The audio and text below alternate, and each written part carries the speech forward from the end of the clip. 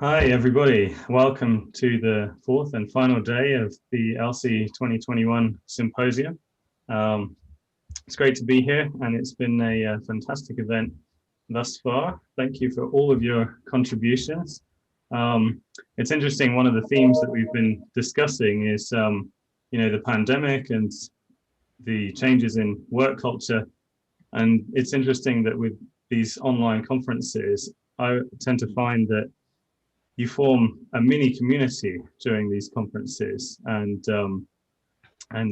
gain a lot of new friends and new collaborations. And this symposium has been no different. So I've really enjoyed the process of building this new mini community and getting to know all of you. So thank you for that.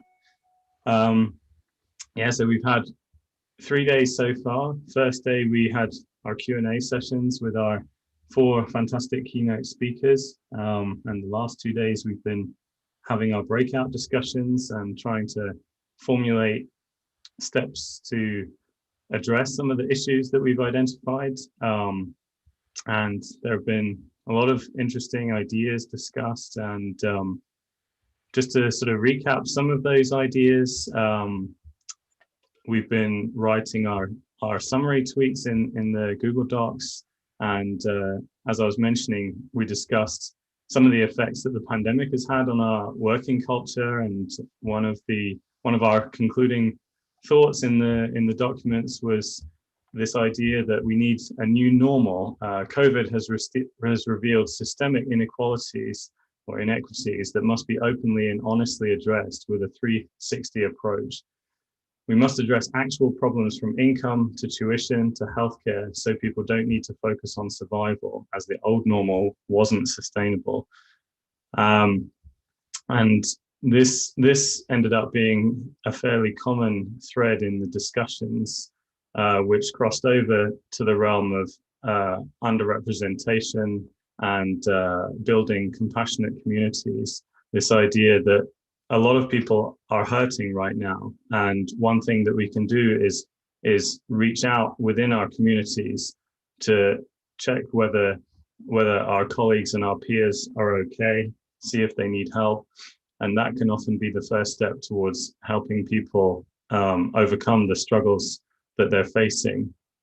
And one of those struggles is underrepresentation and not feeling included in the community within which you're working. And one of the summary of our thoughts, one of the breakout discussions on this topic was that while inclusivity can be difficult and uncomfortable at first, coming to terms with unconscious biases and moving beyond to actions both small and large that change the status quo such that it includes everyone and not just the majority group in that area, can dramatically improve the experiences of those who are underrepresented.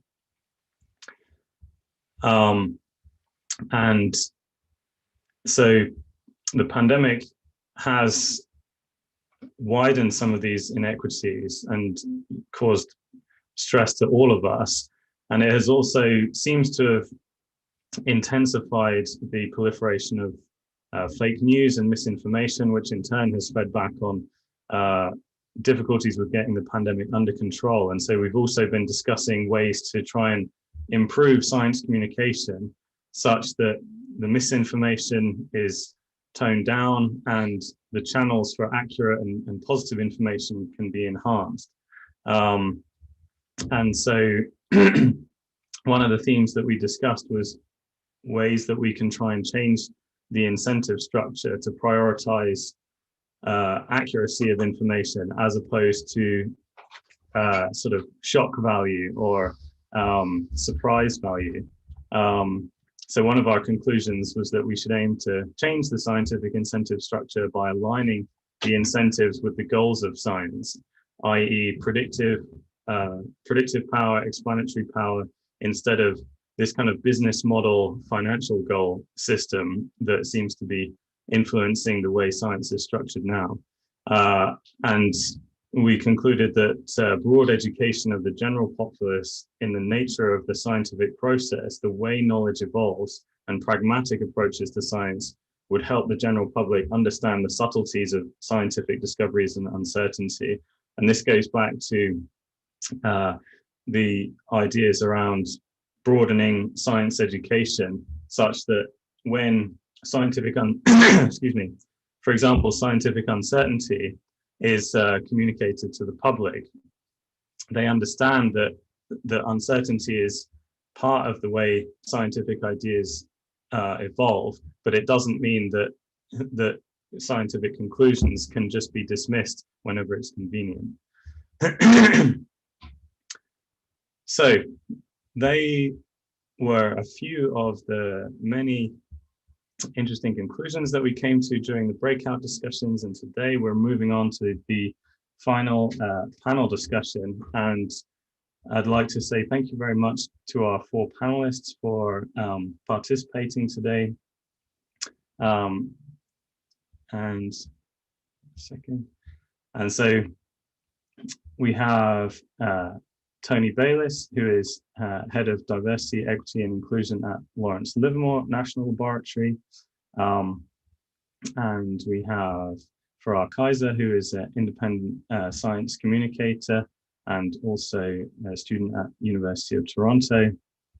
And we have Emily Therese Cloyd from the American Association for the Advancement of Science.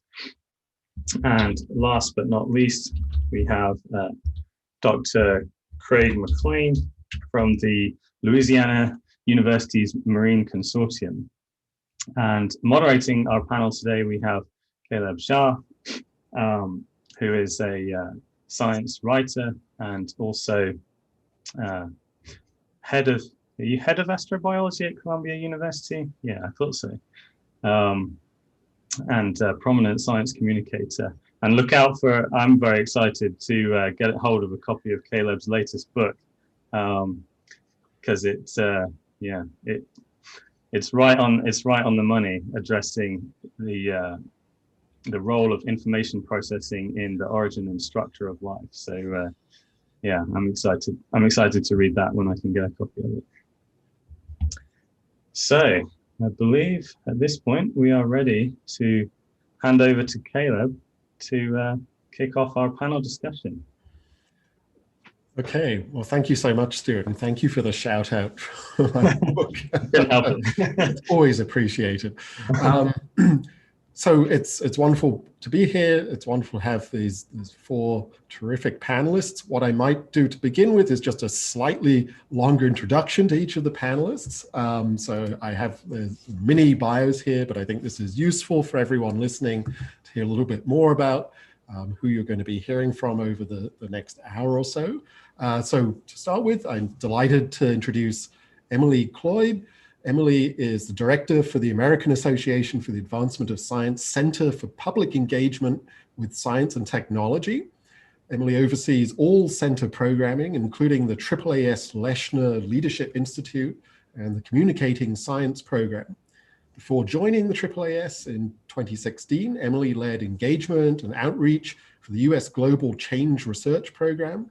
She served as the Knaus Marine Policy Fellow at the National Oceanic and Atmospheric Administration and studied the use of ecological models in Great Lakes management. So very nice to have you here today, Emily. Next is Tony Bayliss. Tony is a senior leader, a partner, and advocate for diversity, equity, and inclusion programs and activities for the Lawrence Livermore National Laboratory. Tony manages the laboratory's strategic interactions and execution in building diverse and inclusive workforce. He represents the laboratory on these subjects as well as on STEAM outreach and student programs with over 30 years of experience in all of these areas. Welcome, Tony. Thank you. Glad to be here. Next, we have Farah Kaiser. Farah trained in molecular genetics at the University of Toronto and is currently working as a genomics researcher, where she uses DNA sequencing to better understand epilepsies. Outside the lab, she's working to build an engaging and inclusive science culture, writing stories about science and scientists for various media outlets, co-founding the Toronto Science Policy Network, leading Wikipedia editathons, which are now a thing, to address the encyclopedia's gender biases and serving on the Canada Chief Science Advisors Youth Council. Welcome.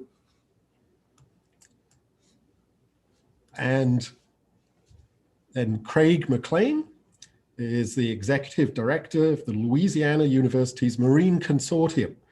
His research primarily centers on marine systems, particularly the biology of body size, diversity, and energy flow, with focus often on the deep sea. He's the founder and editor of Deep Sea News, rated the #1 ocean blog. Craig's popular writing has been featured in Cosmos, Science Illustrated, American Scientist, and the Open Lab, the best science writing on the web. And I also see that he is an advocate for our appreciation of the science of the South in the United States. So welcome, Craig. Welcome all of our panelists. It was wonderful to hear from Stuart about all of the discussions that have been happening during the symposium. And I think today we'll try to touch on many of those same points, but also to see what else comes up between our panelists. As a way to get things going, and I did forewarn the panelists of this, so this isn't completely out of the blue, I thought I would ask a question that on the face of it may seem a little superficial and silly, but I hope will lead us to talking a little bit more about some of the issues and ideas that have both come up during the symposium and that come up this afternoon. And the way this question is formulated, I will ask it, I will state it, and then I'll perhaps ask each of the panelists in turn, is the following. So given all of the issues, the ideas and challenges that interest you in particular, and our overall theme of science and society, imagine that I gave you $100 million. So this is one of those wonderful fantasies. I gave you $100 million to apply as you wanted. What would you do with that? So Emily, I'm going to put you in the hot seat first and ask you that question. Thank you.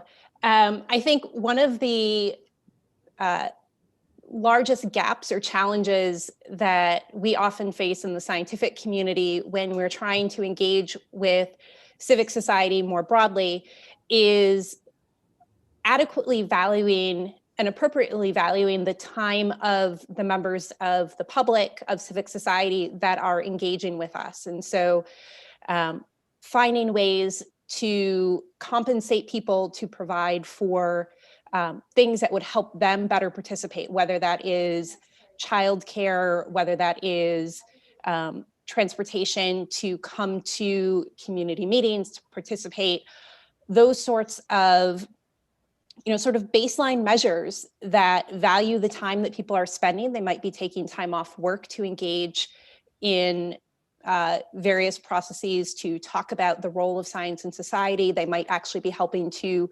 co-design research and actually take part in developing what questions we might answer in science. And so making sure that they're compensated for that time, that they can take the time off work, that they can do that and not lose out on their salary or on their hourly pay, and making sure that they have the resources that they need so that they can be present in that conversation and they're not having to worry about, what do I do with my kid who came along, making sure that there are babysitters available, all of those things. The costs can add up pretty quickly, but they're not actually going to get us all to that 100 million right away.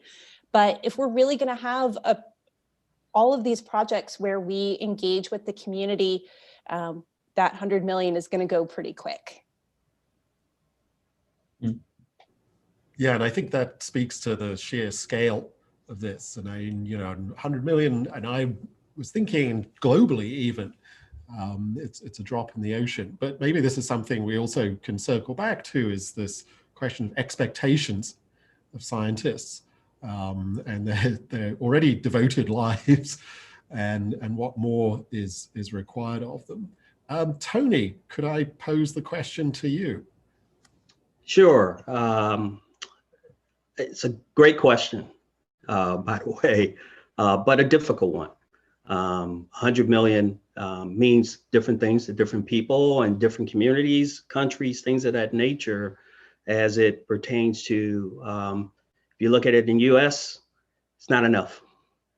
but if you look at it from developing countries, that is a wonderful step in the right direction of really engaging in a manner that actually works toward removing barriers for individuals. So in developing countries, even in the US, because we have that in our Native American communities here in the States, for example, where there's no internet, there is no access.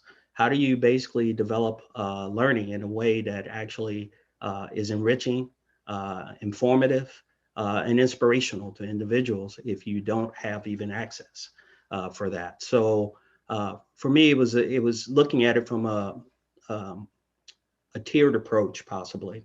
And that approach centered in on one, sitting down with others, which I did pose your question to a group of international folks as well, to sort of have that inclusiveness in my thinking as I answered this question, because that's just the way I work and how I try to think about things. So definitely coming up with a strategy, looking at strategic alliances that can basically help stretch those dollars even further. The World Economic Forum today, for example, in Forbes, article centered in about an Edison Alliance that talks about bringing broadband that involves Verizon, Google, and other entities. So with that said, how can you do that? How can you partner with universities? How can you partner with other industry out there, healthcare, things of that nature that all overlap into spaces that we need to pay attention to remove all barriers for folks. And then the other thing is, how can you provide information and inspiration, not only for the young people, but for the parents? And how do you basically remove those parents, move the barriers for the parents from engaging as well?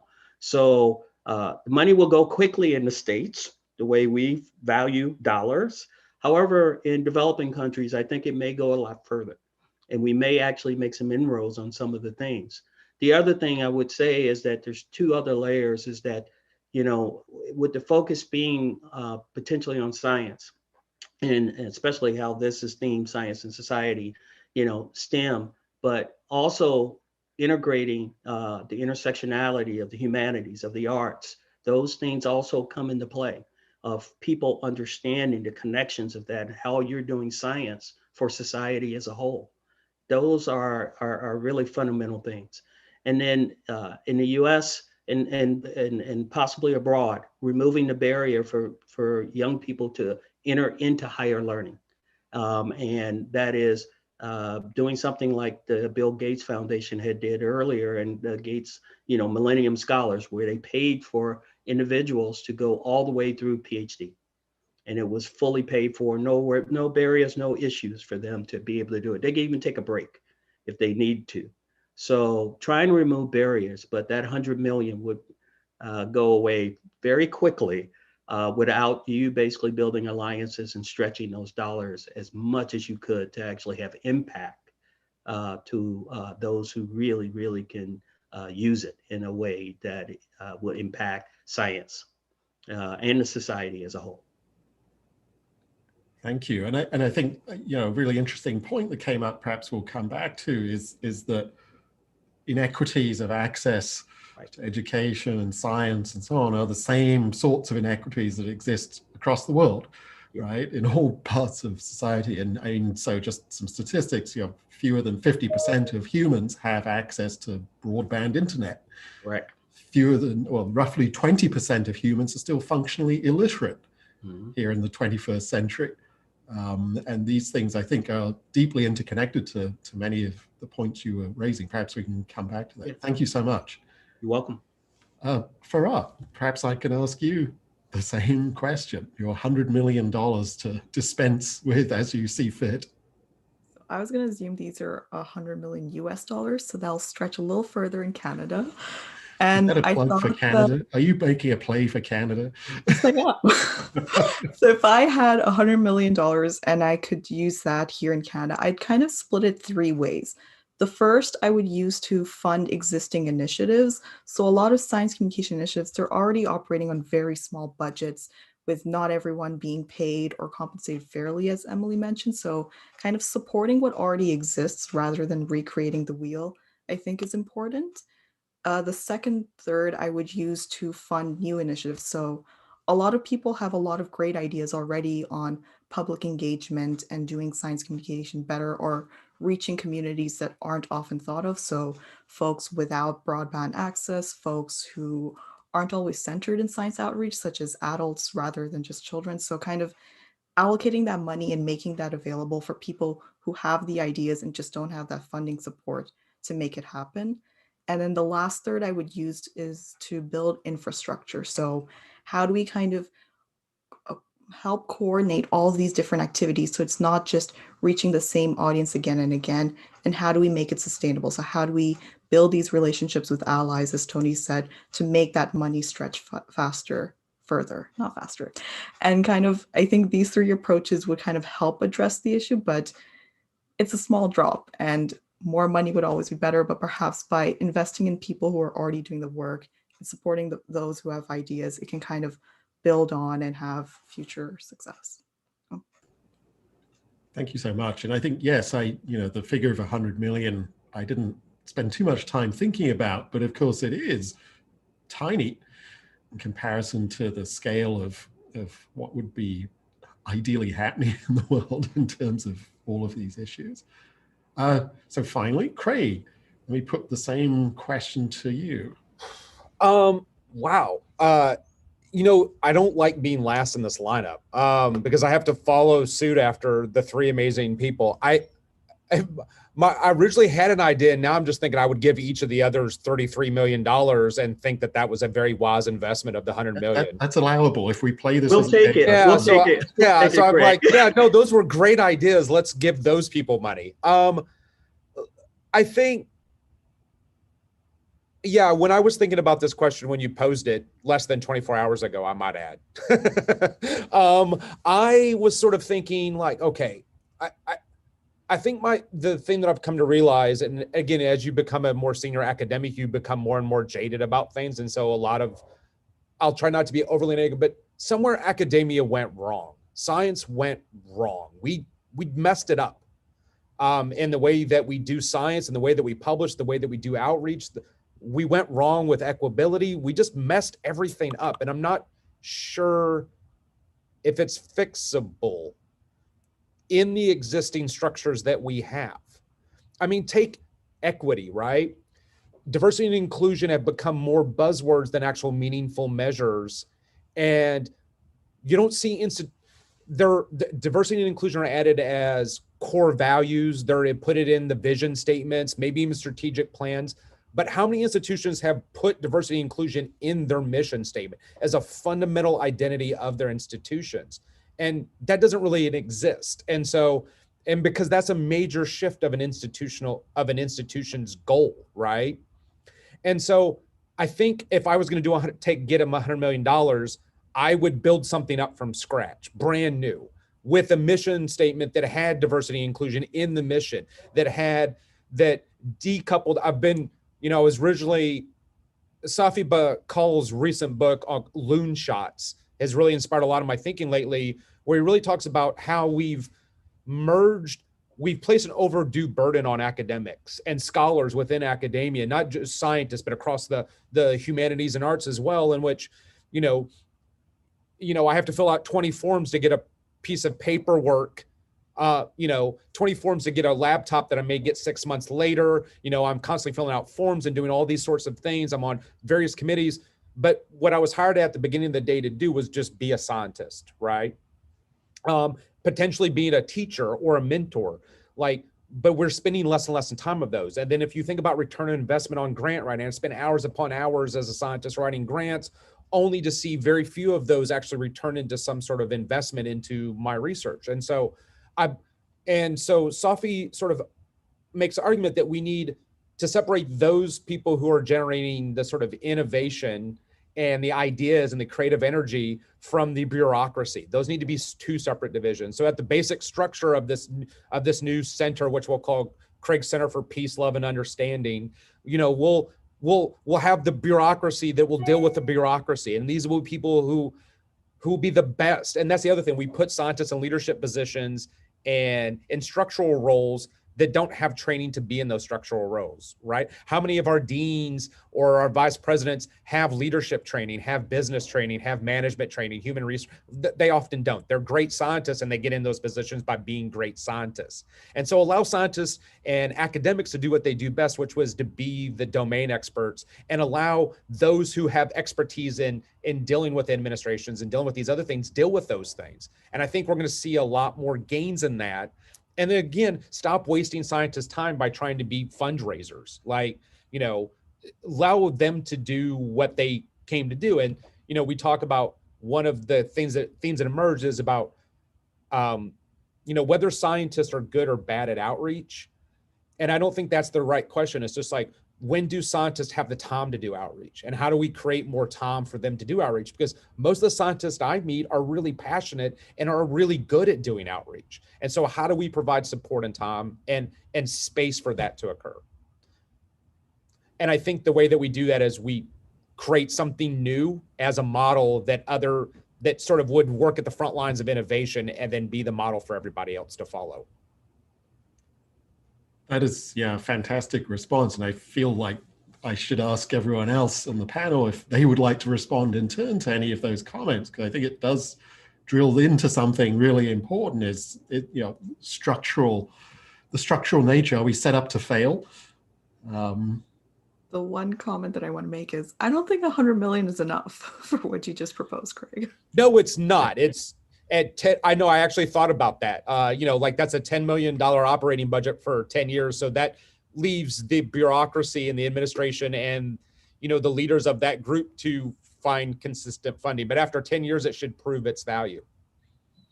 Well, But I'll you're bring right, my Sarah, 100 it's million not to nearly enough. Craig's Center for Peace, Justice, and Understanding. So then, you know, if we all combine it, then we get 400 million, right? I don't know if I said there was 400 million.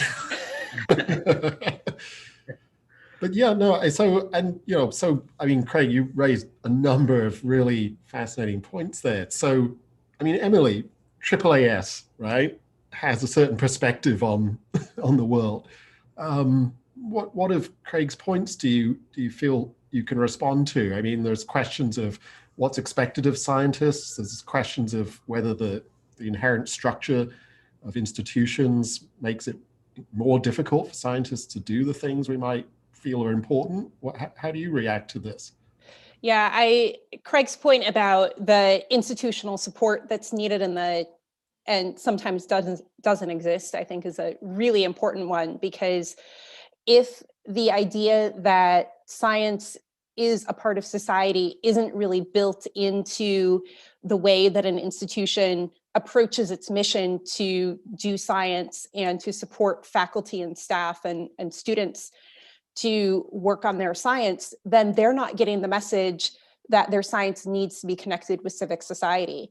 And they're not getting the support that they need to be able to say, as a part of my research, I actually do need to engage with civic society. I need to go through the process of co-production and actually ask people, what are the questions that they have about this developing technology? What are the questions that they have about how the environment is intersecting with their neighborhood, and the questions that they might have about economic stability, about environmental stability?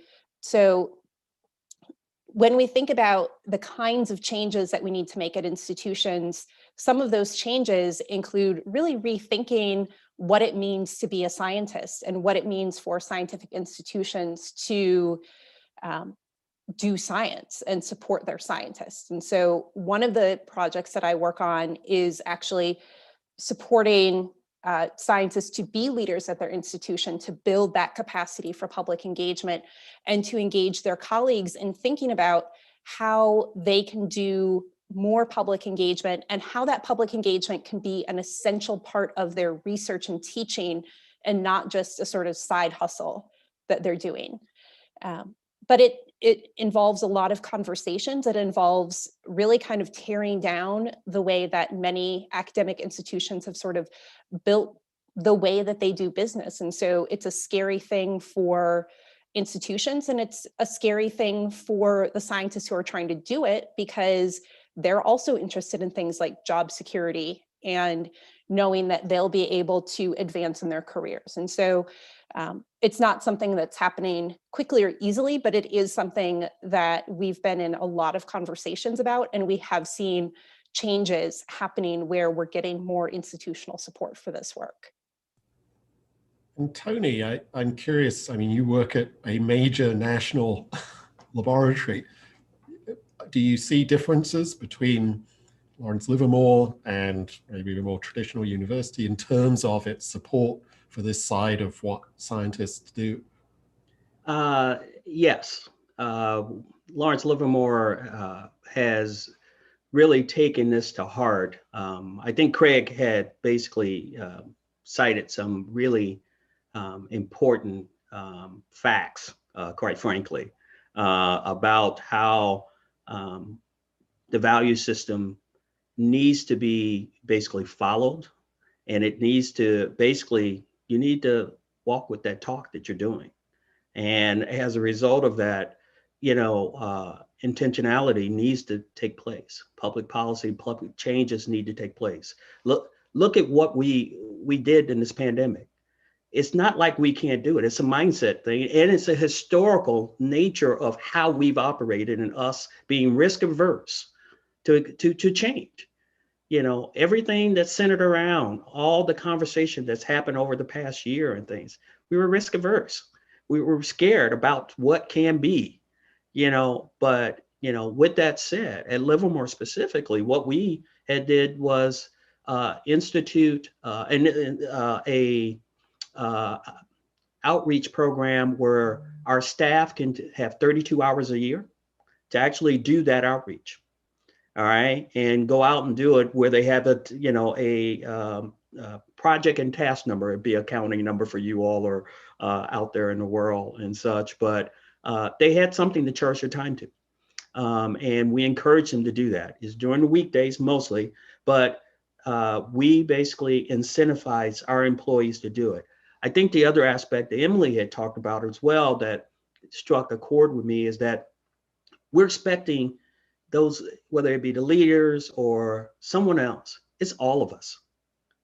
And we have to take this mindset away of that it's not, it has to be an institution, it has to be some leadership, it has to be that, it's all of us. And if you see what's happening in a lot of the industry, especially in the tech industry, a lot of the younger people coming into the field are driving what is happening in those industries and those companies based on the fact of how they want to do. We did something right, Craig. We brought up young people in a way that's caring about society and other people. We missed the mark, as you said, in that other tier, you know, generation before or before that and before that. But we are trying to change that. And we're doing it with our kids, our nieces, nephews, cousins, all of the people that we come into play and interact with. So I think there are ways to do that. We also at Livermore have engaged in reaching out to our network of community and working with them to educate the community at large. So example being, we're part of, we're working with the Shakespeare Theater in Livermore company, and they're going to put on a play around COVID-19, and they're going to basically be working with our scientists. And the point there is to actually try to educate, inform, and have them understand this is not a disbelief. We're going to give you facts. We're going to give you information. We're going to build up trust and respect, because that's where we lost it, Craig. We lost trust and respect from a lot of the society folks out there. They just don't believe because we have a historical tradition of not basically following up with our word, or lying to them, or not telling the whole truths about certain aspects of things. And that's bad. That's just bad. You know, we provide our employees a lot of opportunity to basically engage where they can give back, and they can actually work toward a common purpose. And I would also say you have to build up in those organizations as well a sense of people belonging and being loyal or feeling like they are part of something greater than what's at the organization as well. And unfortunately, sometimes that we do it with universities when we have people, we went to this university, so this is my alma mater. So we basically, have that sense and loyalty. Why can't we do it in the company as well, or the organization with employees as well? So I'll stop there. No, thank you.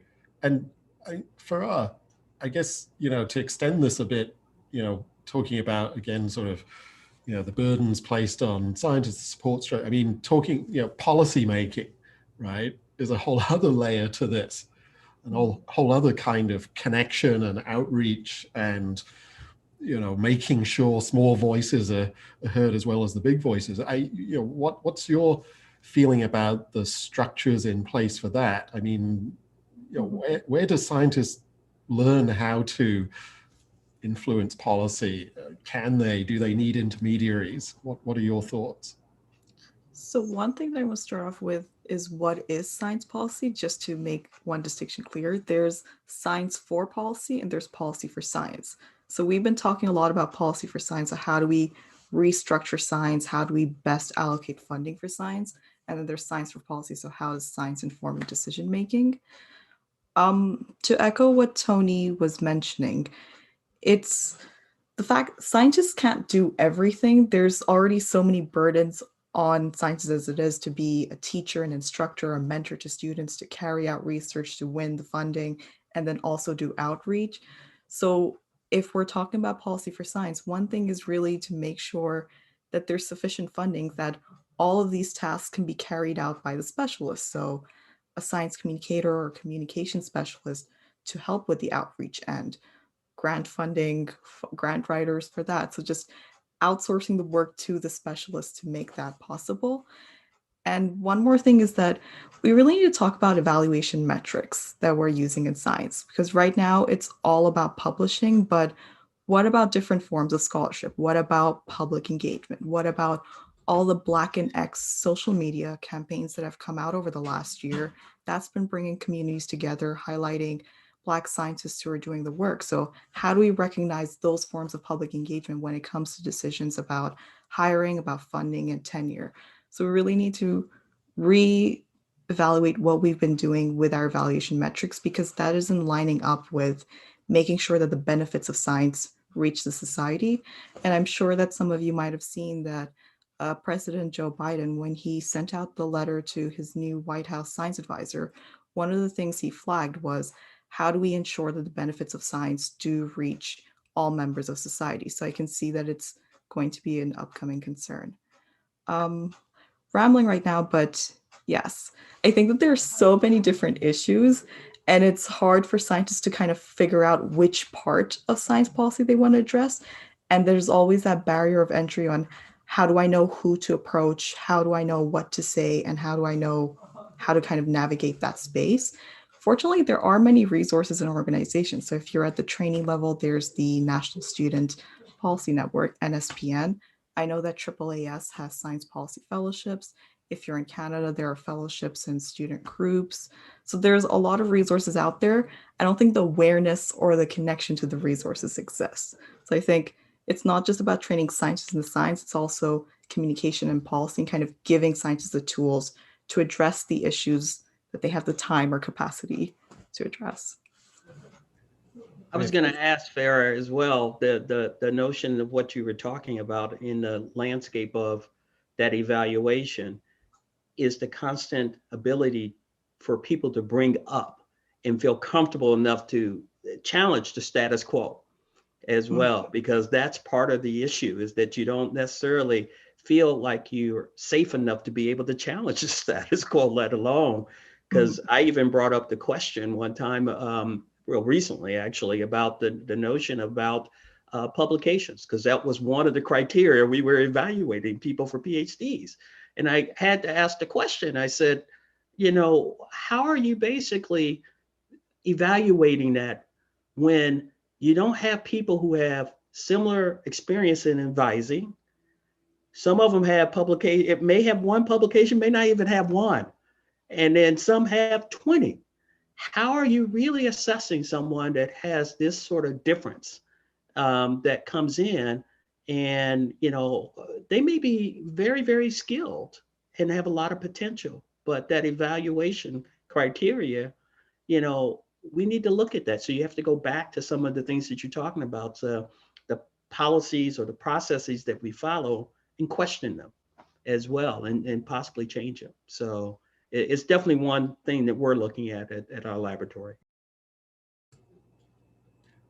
Yeah, that feels, it's very interesting. And the question of metrics and, the whole system that we've set. I mean, Craig, it sort of circles all the way back to your lively suggestion of restructuring things. I mean, it's almost the way we value human minds in general, never mind about science, is kind of weird and skewed, right?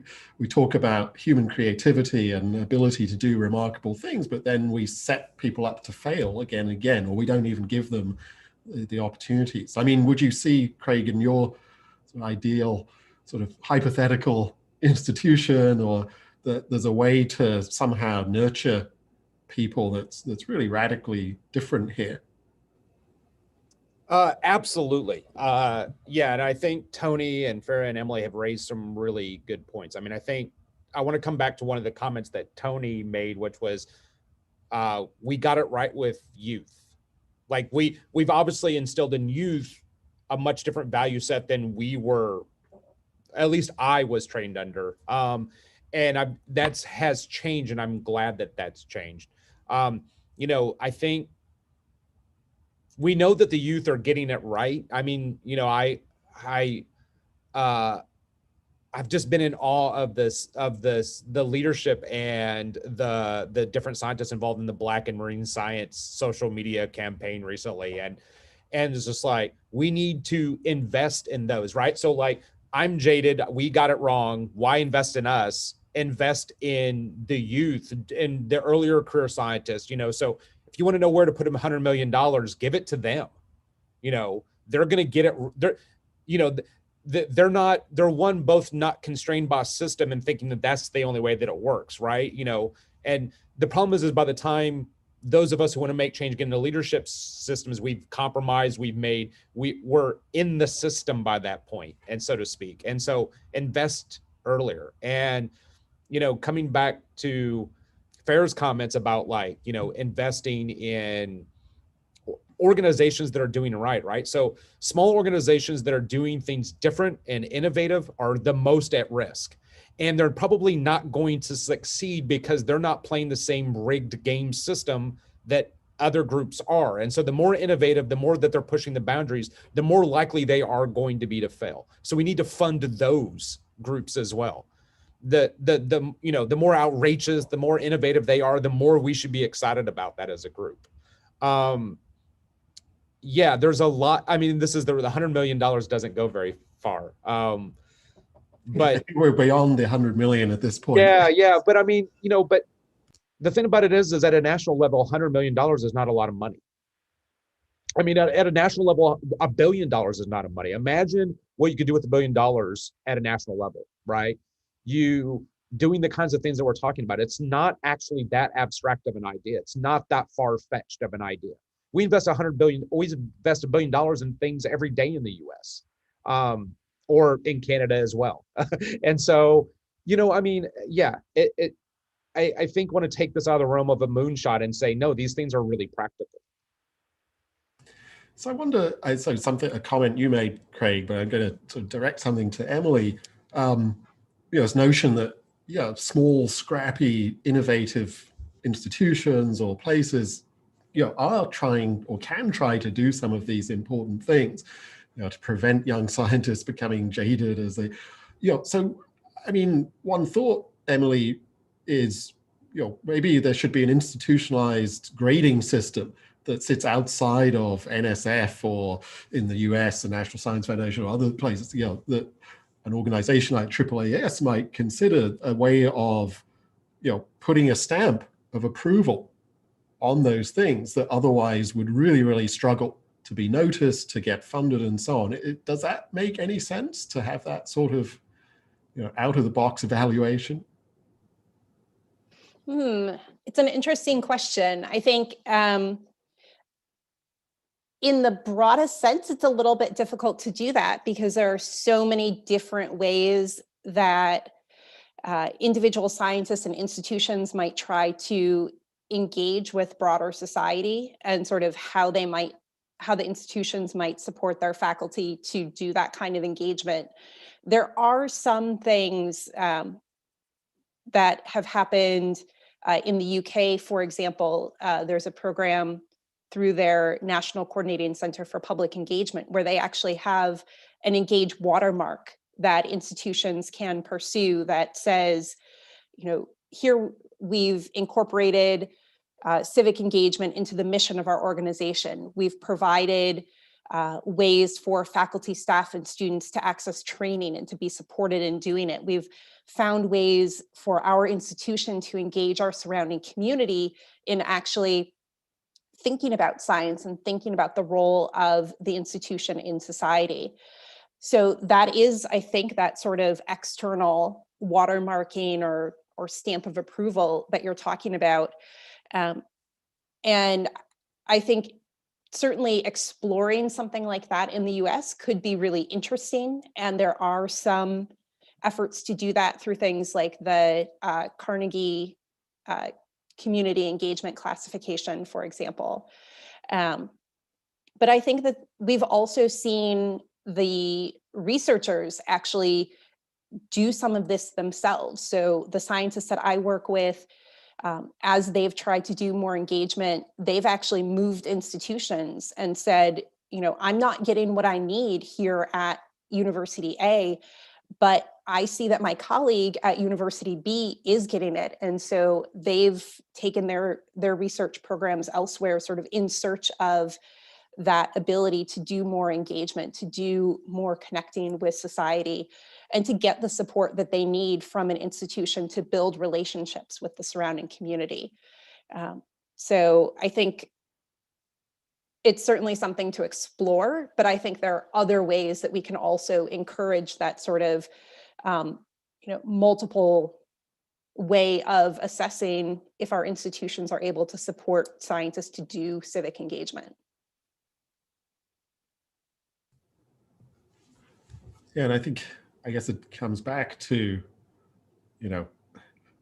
how much can be asked of scientists in the current structure, how to support people who are trying to do things outside of their, publication rate, getting more than just their publication rate.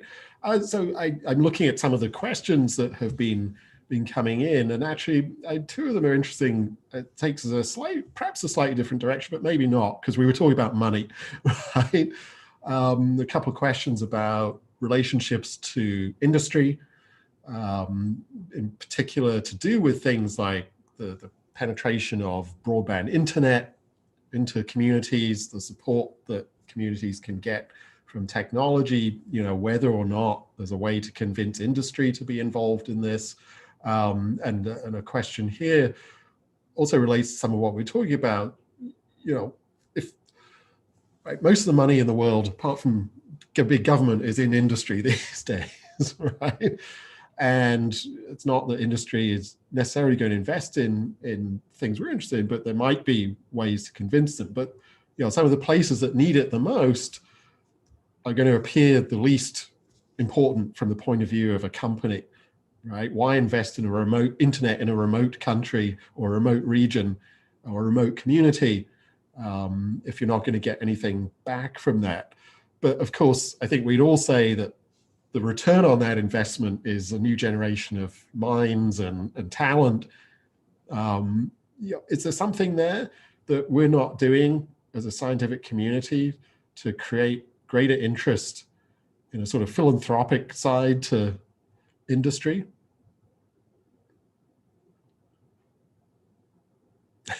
Everyone looks. I think there is actually a fair amount of philanthropy in industry. Certainly, we've worked with a number of corporate and industry partners on projects where they've funded programs at AAAS to do things like our Mass Media Fellows program, or in other projects, one of the questions that I think I've often heard from the science side is making sure that there is really a clear line between the industry funding that's coming in and sort of the scientific process and the engagement process that's coming out. So, it looks really good for a corporate donor or an industry to fund this sort of civic engagement or, a big STEM program, but there's on the other side a question often from the scientific community or from others who are viewing this, is this really scientifically independent? Is it, good science and not being sort of overcome by industry? And I think certainly in my own experience, I haven't had that problem of industry trying to control any of the program. It's really for them, they're getting the sort of good PR because they are supporting scientific programs more generally. I would echo what Emily was saying in regard that industry is engaged and they're throwing a lot of money. I think you've also seen public figures as well. Mackenzie Scott has been in the news quite a bit of late, donating a lot of the money. For those who don't know her, Jeff Bezos, Amazon's founder, CEO, ex-wife, donating money left and right to those underserved, under-resourced communities, institutions that isn't quite there. And CEOs basically have really jumped in on action, especially after the events of the Black Lives Matter movement in the US and such, and really focused in on racial equity and things of that nature, making a commitment to advance diversity and inclusion in the workplace. I mean, you have 1,600 folks that are basic CEOs that are signed up for CEO action. And they built a coalition on that, representing 85 countries. But what I would also say, what's possibly, I've often thought about this, is that all this money, that 100 million, they're donating 50 million at a pop, doing all these different things. Is there any sort of strategic alignment to that money that actually builds on one thing after another that connects the dots more? So we can basically make advancements sooner rather than later, all right? And then some of them are going to be long-term. So when you invest in young people, it's long-term, right? But there are some things you can potentially do immediate and try to work toward the goal of advancing more young people and adults in the science area.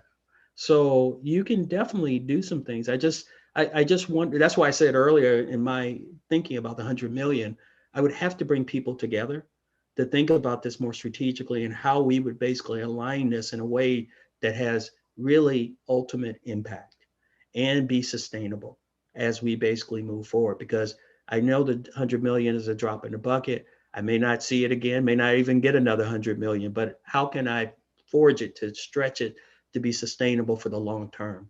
And, and I would even say working with our government to do that, and other governments as well, to make something happen. And I'm thinking more internationally. How do we do that has impact and such in a way that reaches society and has the wherewithal for us to really see the results at the end. And I think we need to tell our story too. That's one of the things one of our deputy directors talk about. You have to tell the story, because without it, society and people just don't know. So you have to keep telling that story over and over again. And I think AAAS has done a great job of doing that over the years, is telling that story. So definitely thankful to AAAS for it, and other entities out there as well. So as I'm scrolling through the comments, the questions about profit, there was also reference to kind of remote communities and the internet access. The one thing that I want to point out is that this isn't a new issue. It's been an issue for a long time, and there have been many plans and proposals to address it. If I kind of focus just on Canada for a second, we've been talking about how we connect our remote communities and make sure that there's fair, equitable, and affordable access. And we knew this was an issue before, but now during the pandemic, there's been a heightened focus on it. So for me, it's also, we have the plans, we have the ideas, it's about the willpower and sometimes the funding to get it done. And just thinking more broadly about industry, I don't have the answers, but some of my questions are, for all the giving that's happening right now, what happens when that money stops? How is that organization going to continue on with the programs that they've just launched or continue to support when that money isn't there?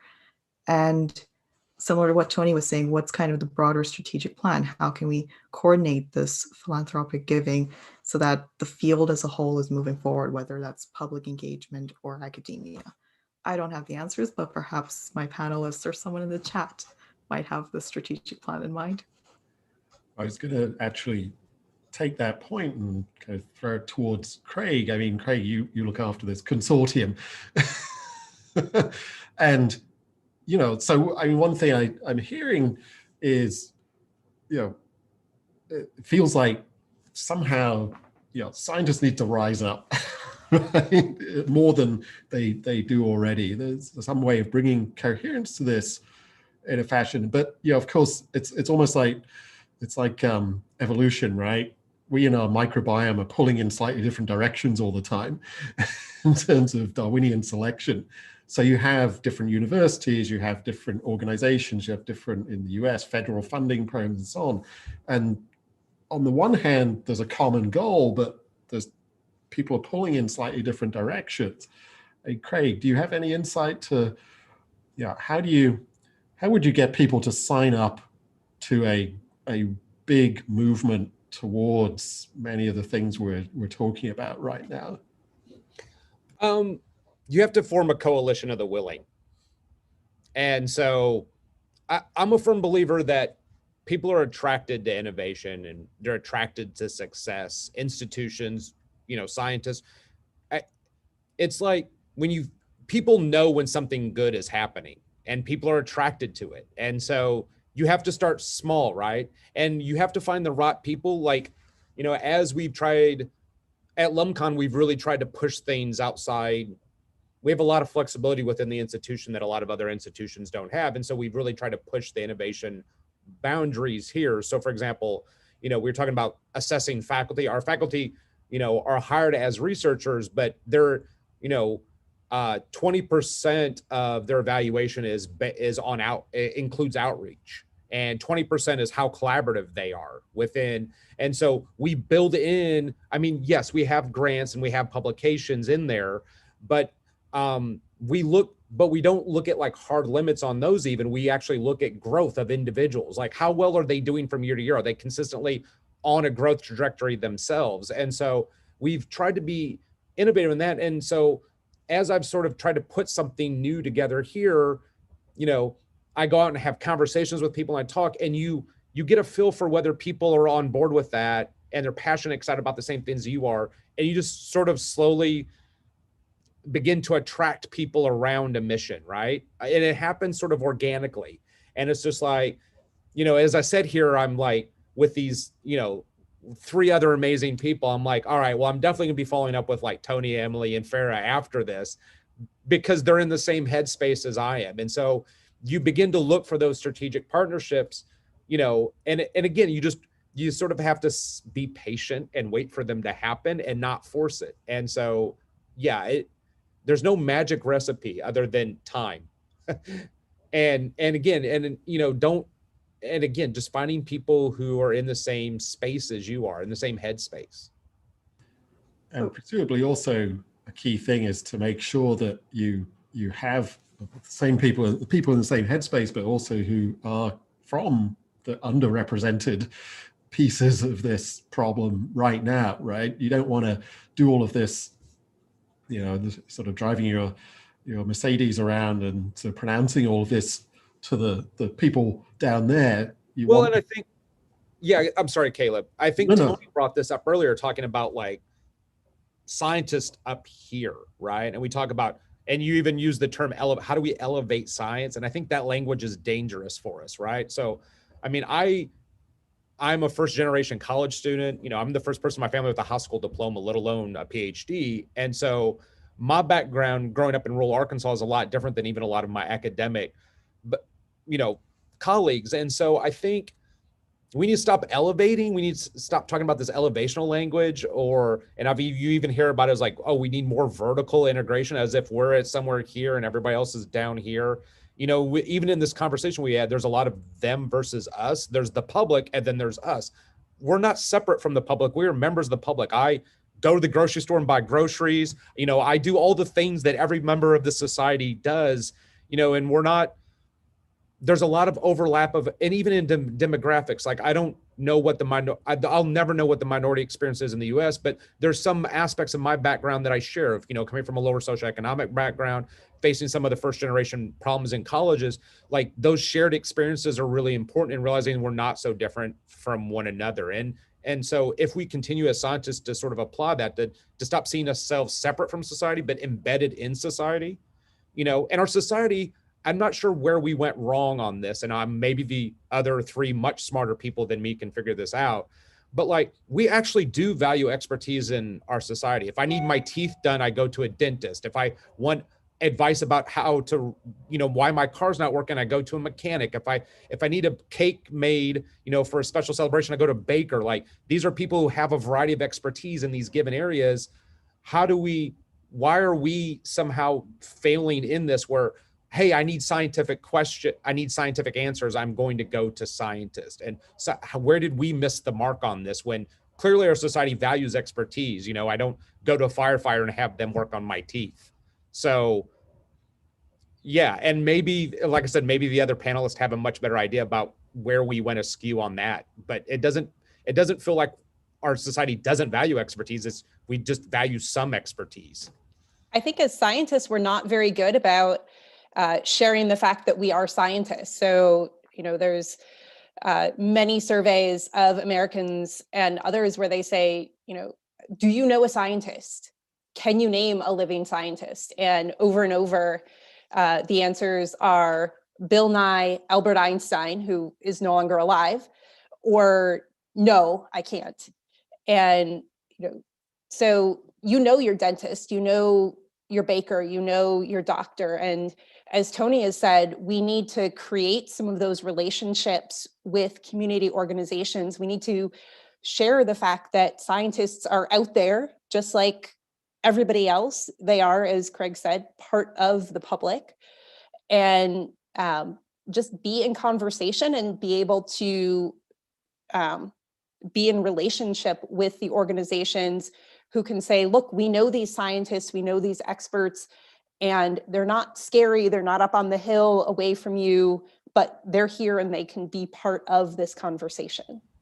I think, Emily, we need to even go one step further than that, which is we need to be in society not as scientists, right? So like, we don't come in as experts, we're not in part of a community. Like, we do the things that other members, we join book clubs, we join, you know, we go out to the movies, like we engage with the world around us in non-scientific ways. Like, you know, the friends in my Facebook feed are my friends. And then I happen to know that one of them is an author and one of them is, you know, a cook and one of them is a bartender. Like, I happen to know their expertise, like, because I'm engaging in the world around me, you know, not first as a person and second as a scientist. So the one thing for this is it's not just about going out in society, it's also about leaving our ivory tower.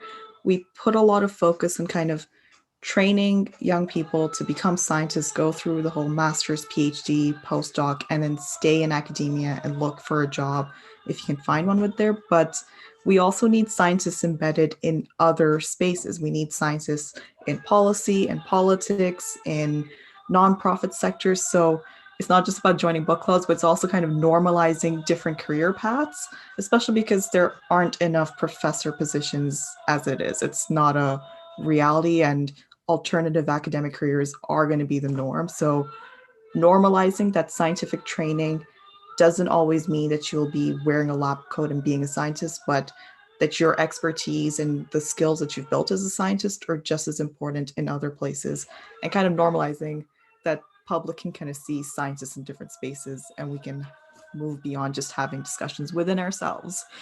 and start having them outside of our echo chambers. So Yeah. much what you said. Yeah, Craig, I agree with you. And I think there's a comment as well about how do we basically have scientists viewed be more inclusive in society as a whole. And I could probably talk about this all day, but and these are my personal observations, not Lars Livermore's. In that sense, it is just centered in on we've been our brains have been wired, and our brains have been wired in a way that basically values people who have basically worked so long in academia and things of that nature. And we sort of put aside, like you said, those individuals who are expertise that are dentists. We talk down about lawyers who also have a doctorate and work their tail off to get it and things of that nature. But yet we have to put people in these little narrow little boxes and things of this nature. And that's part of the issue, is that we don't see people basically as people and build these relationships that actually are meaningful and uplifting, and also valuing them as human beings. You know, we tend to drive ourselves with the notion of capitalism and also what we know expert wise, how many years we go to school, as opposed to just being human and just valuing the notion of a person being who they are and accepting them for who they are. All right. You don't have to agree with them. You don't have to do any of these other things, but you know, you do have to actually engage them in a way and invite them to the table so their voice can be heard. And we do this a lot at Livermore in the sense of really trying to uplift voices so we can innovate. Because once you have, I mean, all the research is there centered in on how inclusion helps innovation. And with that said, you just want to try and bring in as many voices as you can to the table to do that. But relationships matter as part of that equation.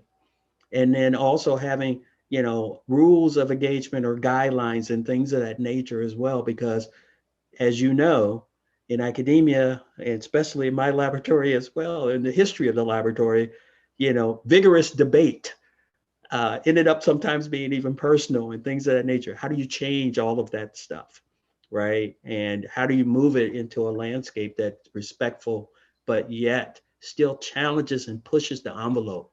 And we've been doing that for over 60 years at the laboratory.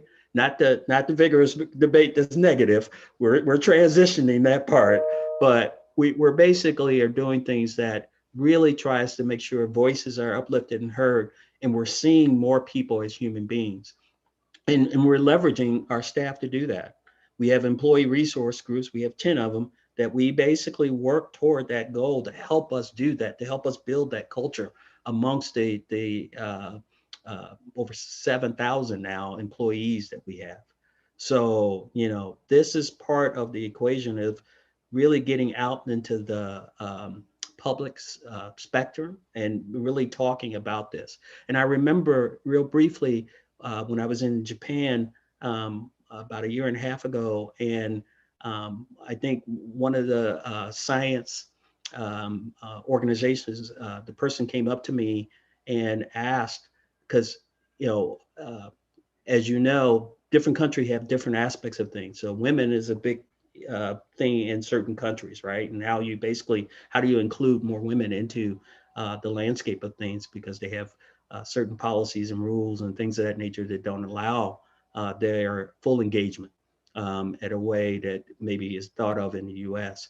But what he was trying to do is how do you bring together the cultural value system that's in a country like Asia, and how they have a hierarchy of senior people and younger people who have really, really wonderful ideas, and how do you bring those things together? So, you know, and so generational issues are a part of the equation, but the only way to get past those as well is to build relationships. So you have to go back. It always goes back to that, building those relationships with entities and people.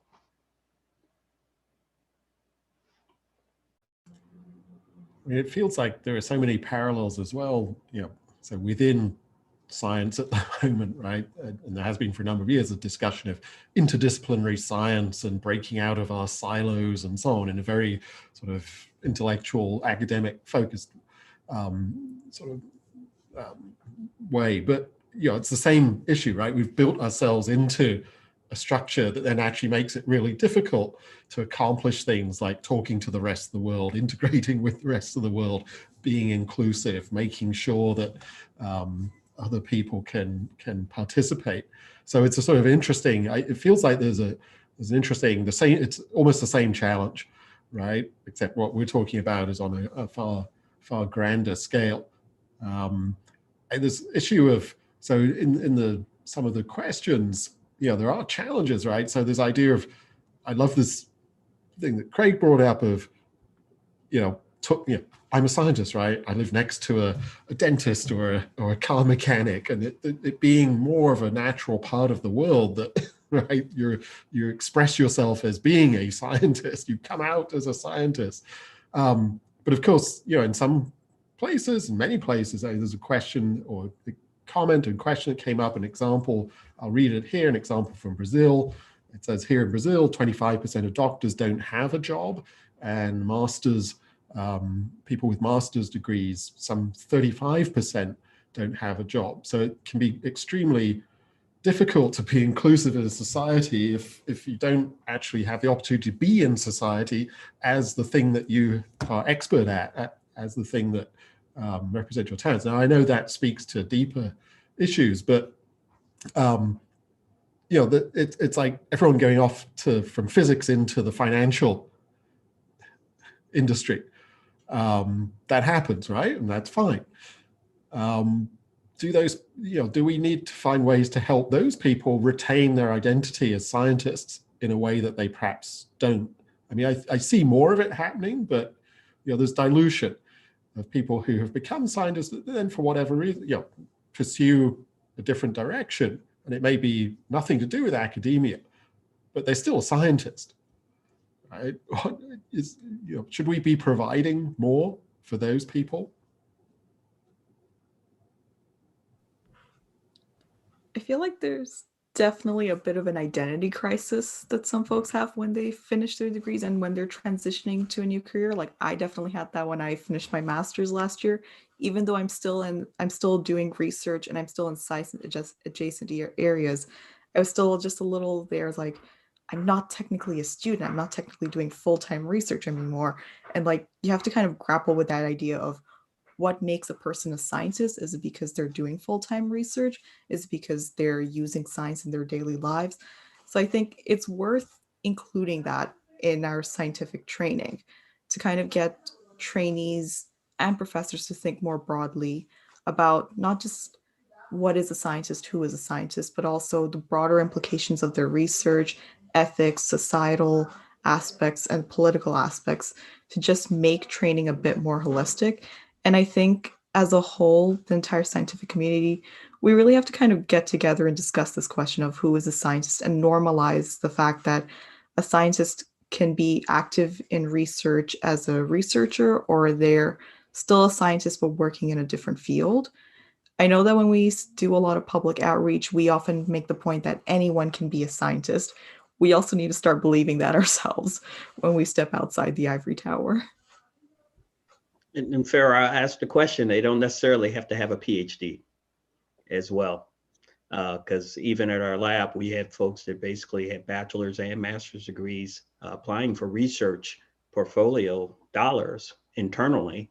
And they were able to get those dollars because they were recognized as researchers in our institution, scientists, because they were experts in a certain discipline area that we valued and that was highly skilled. So I think you're spot on in that regard. The hard question that you had posed originally, Caleb, as it pertains to the Douglas's question about Brazil, that one's a hard one. That's hard when because you're dealing with international country dynamics that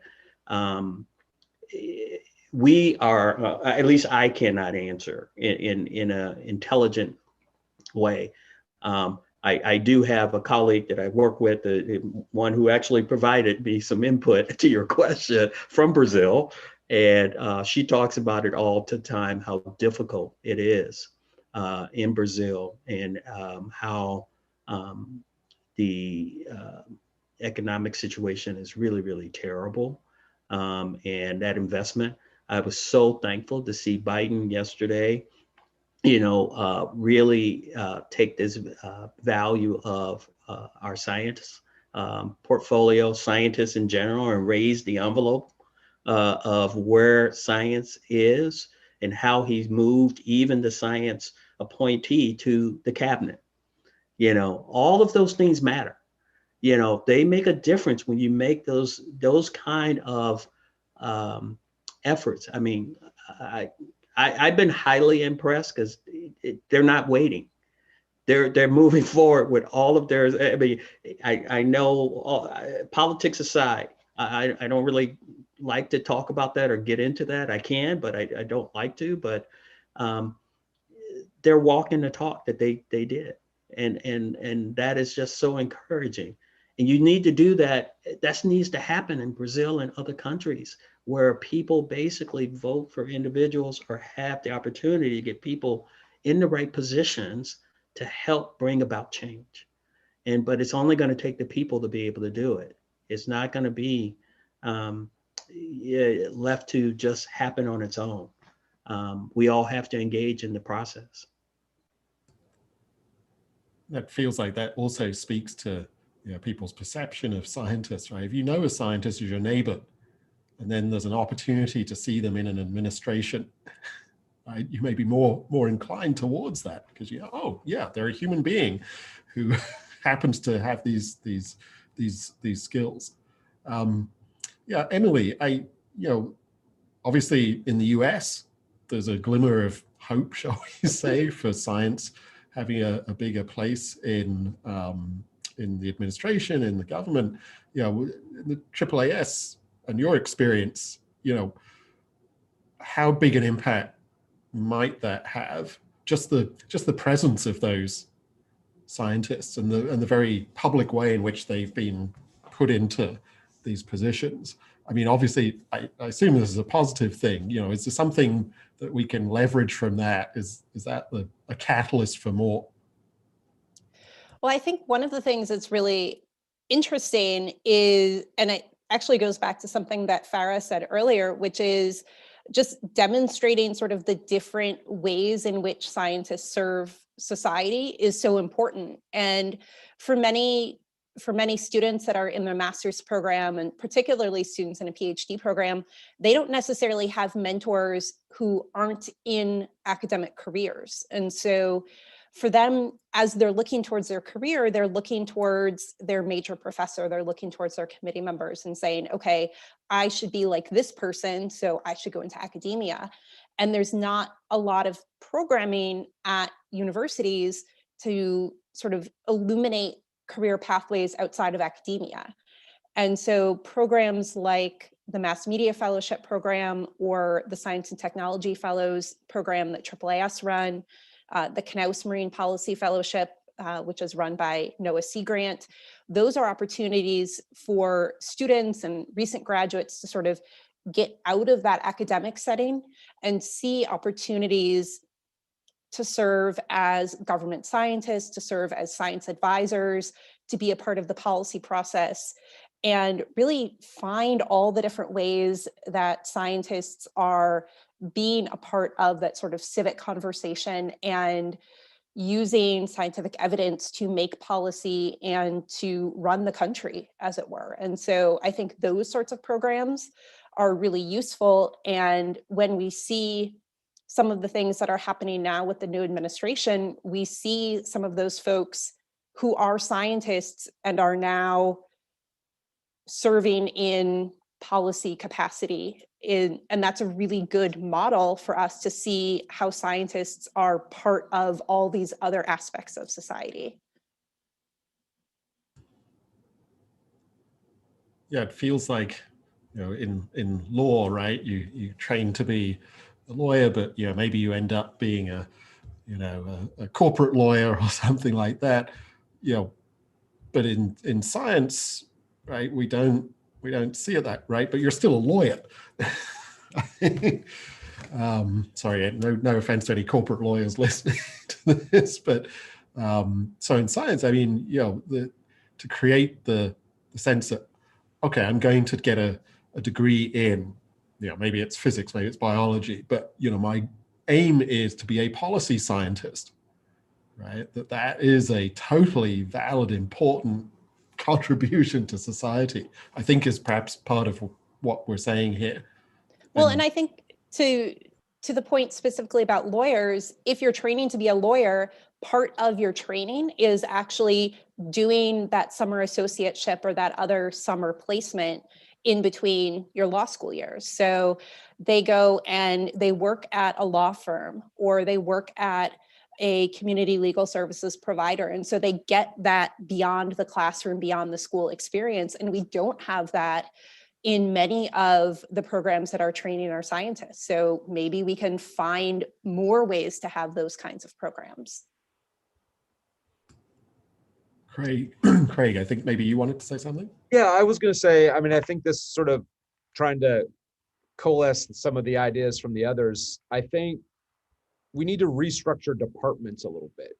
So science departments have faculty who are faculty, they're PhD level, research scientists, or they're or at a smaller liberal arts or teaching institutions, they're primarily teachers, but people who have, but what we don't have is members of the faculty in science departments who are in policy, or we don't have a Tony in our faculty, we don't have an Emily in the faculty, even though they are very much in the realm of scientists. And so, as Emily's pointed out,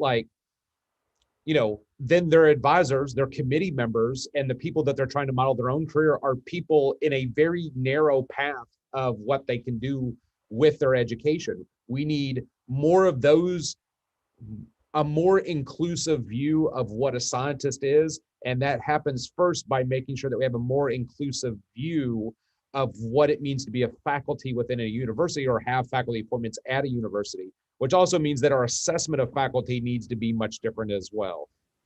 So it's all sort of tied together, right? And so I think, again, talking about, we need fundamental restructuring of how academia works and how we train, especially. And that has to happen by making sure that, this idea that, we graduate within departments multiple PhDs every year and train them all how to be R1 faculty, and there's not R1 faculty positions for any of them to go through, even in a place, like the US, where opportunity is much more abound than, say, places like Brazil, but yet that's a model we keep adhering to. And then, and it's not working. It's never worked. And so just for the benefit of those we're giving masters, conferring masters and PhDs to, they need to have more exposure. And I think, again, this sort of gets back to this idea that science and the role of science in society and the kinds of positions scientists can have is much broader than we currently acknowledge it to be.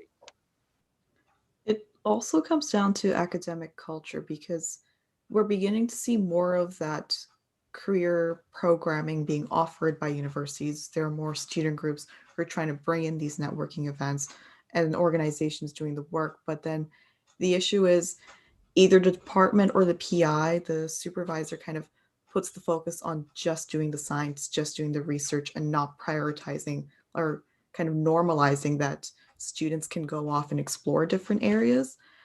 And the fact that there just aren't enough hours in a day to do everything that graduate school or undergraduate degrees expect you to do plus that. So it's also a shift in academic culture, normalizing that you should develop additional skills in addition to your research.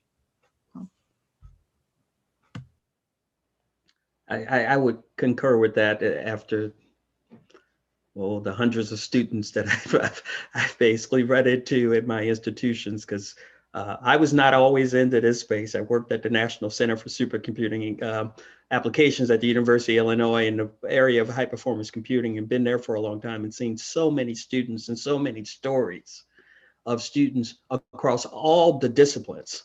Because part of the landscape of what we worked and what we do at Livermore as well is really multidisciplinary work to advance science, to advance innovation as much as possible, and to try to solve challenges, primarily nationally, but we also do it globally, and we partner globally as well.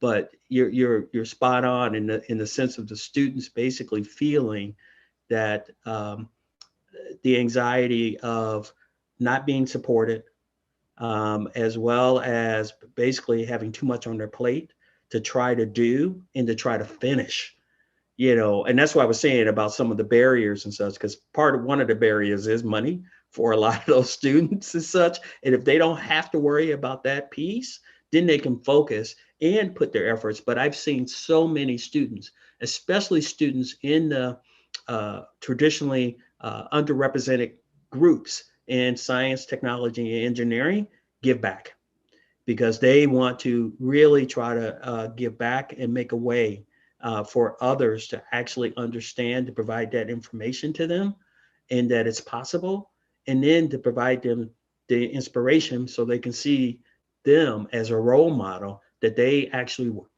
were able to do it, even with the challenges that they may face, and for me, that includes what Craig was talking about, those also who are first generation, socioeconomic sort of challenges, things of that nature that come from different places. And then our international students as well. They also have stories. So, I wish more academic, those who made it in the academy would listen more, and not think that they know it all from the humanity perspective, and open their hearts a little bit more to that piece. I think we would have more people coming through and things of that nature. But we at Livermore would hire, Craig, some of those R1, those individuals that are interested in having a career. And I know, we have many, many opportunities, and our lab environment provides that sort of uplifting. We're not perfect, and don't get me wrong. I don't want to have you all think we're Pollyanna or anything of that nature. We are definitely not perfect.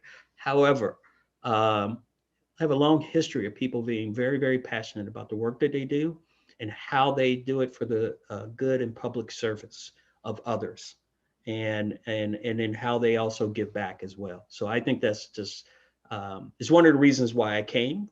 I left the Midwest in Illinois at the University of Illinois and came out to California, in addition to the weather. So, but.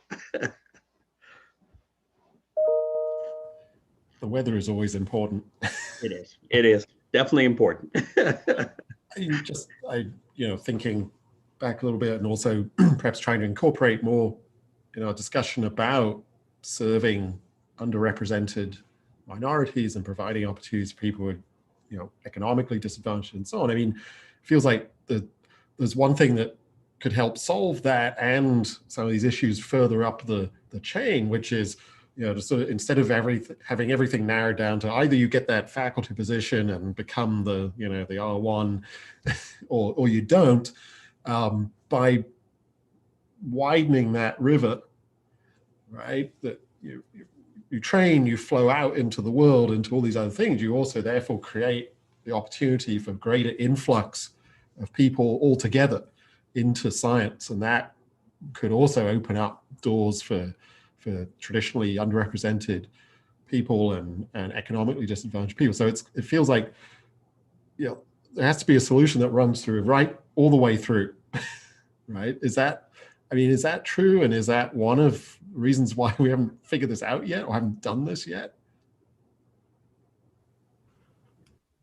I don't think that's the reason. I think the reason is, quite frankly, we have systemic issues as it relates to what we think and value about people from those particular communities, those marginalized communities. And it could be even people from low income communities. It could be Blacks. It could be, and it's across the board. There's class also that plays internationally. All right. And you don't value those individuals as much. So the class systems, all of these things come into play.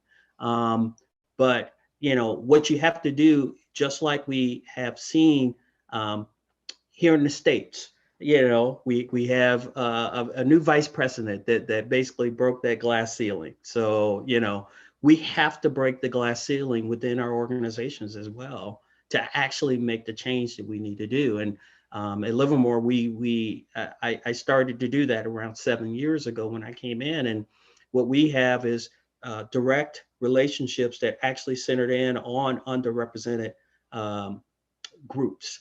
And with that, it was a education process for the scientists and researchers that were out there, because all they knew were the tier 1 institutions of the prestigious institutions, the Stanfords, the MIT, so forth and so on, but they didn't know some of the smaller institutions or historically Black colleges, minority serving institutions, things of that nature. So I had to introduce a lot of those individuals to them. And then they were able to start to see that these individuals had skills and abilities and had potential just like they did. And once you can start to do that, that actually helps. So we basically build strategic relationships with HBCUs and specific MSIs, Native American communities. We even have a student in Alaska, Alaskan Native as well. But we also leverage other programs that are out there. So the Department of Energy has programs in the National Nuclear Security Administration also. And we leverage those programs to help us bring more students in there and use the student pipeline model to actually introduce our staff to probably communities that they didn't have on their journey, because everyone's, you know, journey is different. So as a result, how do you introduce something new in there so they can actually explore and actually build their awareness, education, and work toward having more interaction. The other program we use fellowship programs that are outside of the laboratory, the GEM fellowship one, and we basically use it to actually get a pool of applicants that are diverse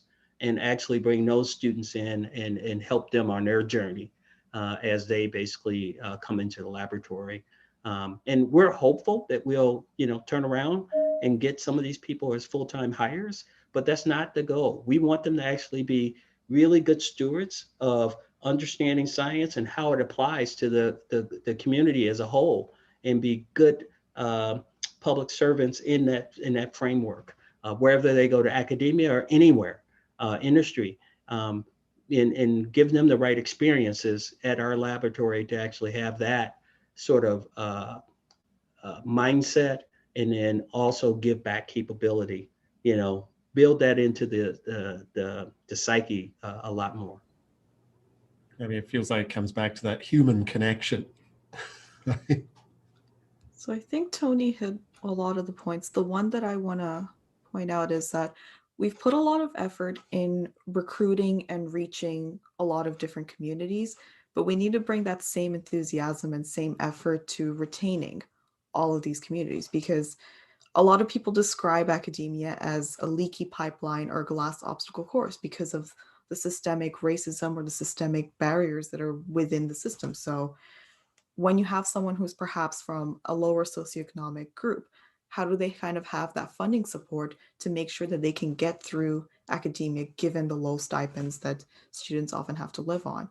If they're moving to a new city, where do they build that support system, that support network, so that they live, you know, beyond the lab and have that support system for when research and experiments go wrong? So it's not just about attracting and welcoming. I think we're doing well on that and we can do better, but it's also about how do you ensure that people who are within the system kind of have access to the resources and support that they need to thrive and really get into those professor positions and assistant, associate, full professor, because you find that there's more diversity in the student pool, but it doesn't always make it all the way up to the academic hierarchy.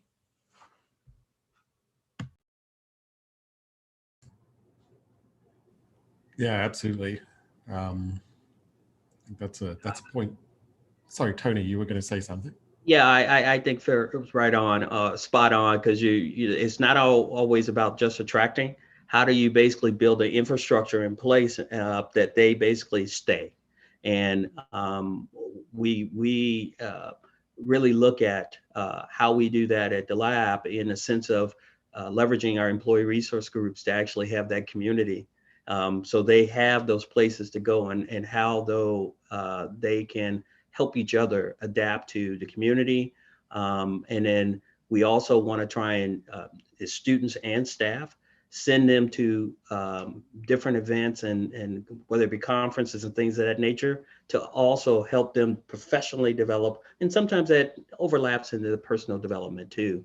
I know the other organization, ACMC Graph, that I am the DEI chair for, we're actually trying to figure out how we build levels of communities within a large international group, about 9,000 members. And we're trying to have affinity groups or communities of learning that actually they can connect and build upon and work toward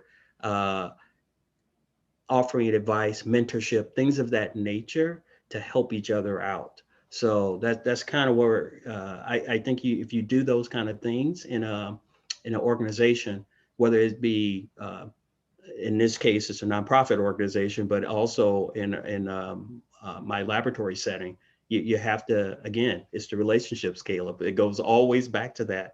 And building those, you just have to have that as part of the landscape of building any culture within a organization.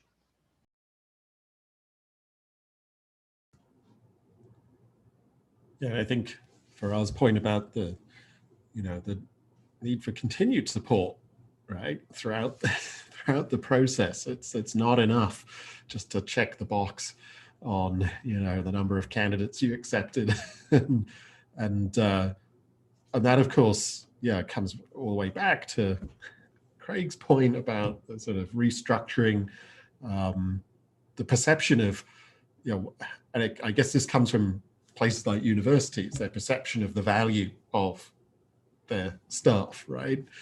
And so much of the time it's nurturing these few individuals to some pinnacle of perceived success and sort of ignoring all that's going on around them. And that's feels like a very fundamental thing that needs to be addressed. Maybe I'll just do a couple of comments that have come up from people writing in, not necessarily questions, but maybe I'll just mention a couple of these in case they prompt some thoughts.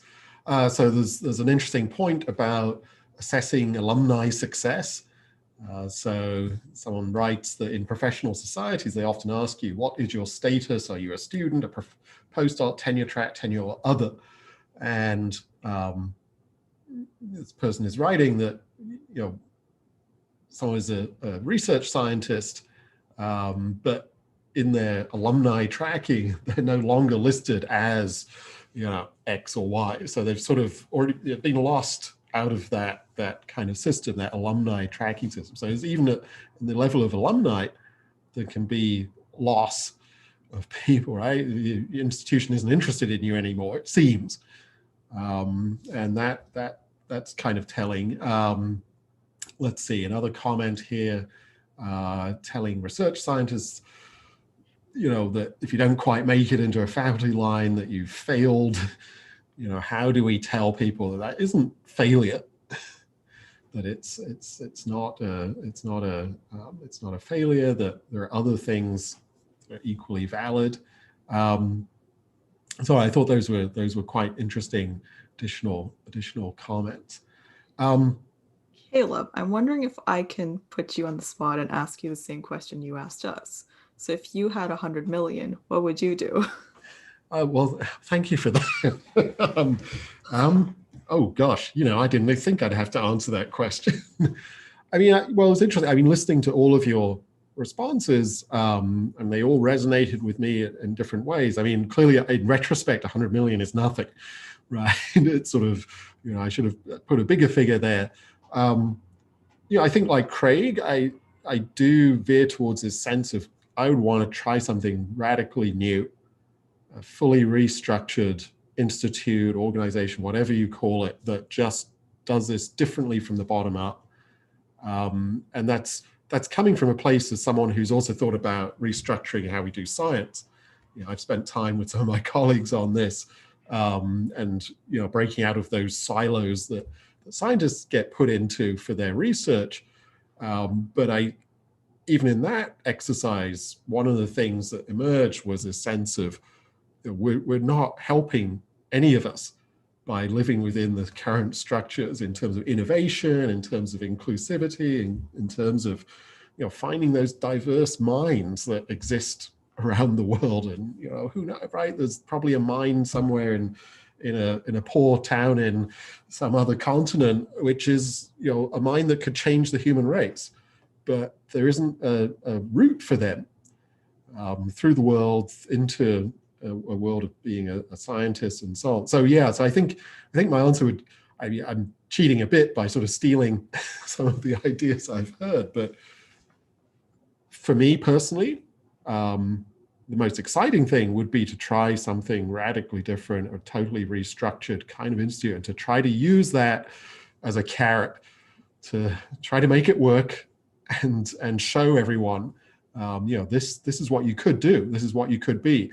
And I mean, just if I could have another moment to talk, I don't, you know, I'm not a panelist, so seeing what's happening because of the pandemic to the fundamental sort of funding of universities, certainly in the US, even at an institution like the one I live at Columbia University, it brings into focus the severe underlying issues that exist with our current model, certainly in the United States, certainly for private universities, I think to a lesser extent for state universities, of, you know, students become cash machines, right, at an early stage. And that carries all the way through. And the whole university tends to orientate itself around that. And that also is severely damaging, because it's, you know, there is focus on the students who can pay the full amount, right? And there is an emphasis on things that you do to attract students who can pay the full amount. It may not be ever spoken, but it is there.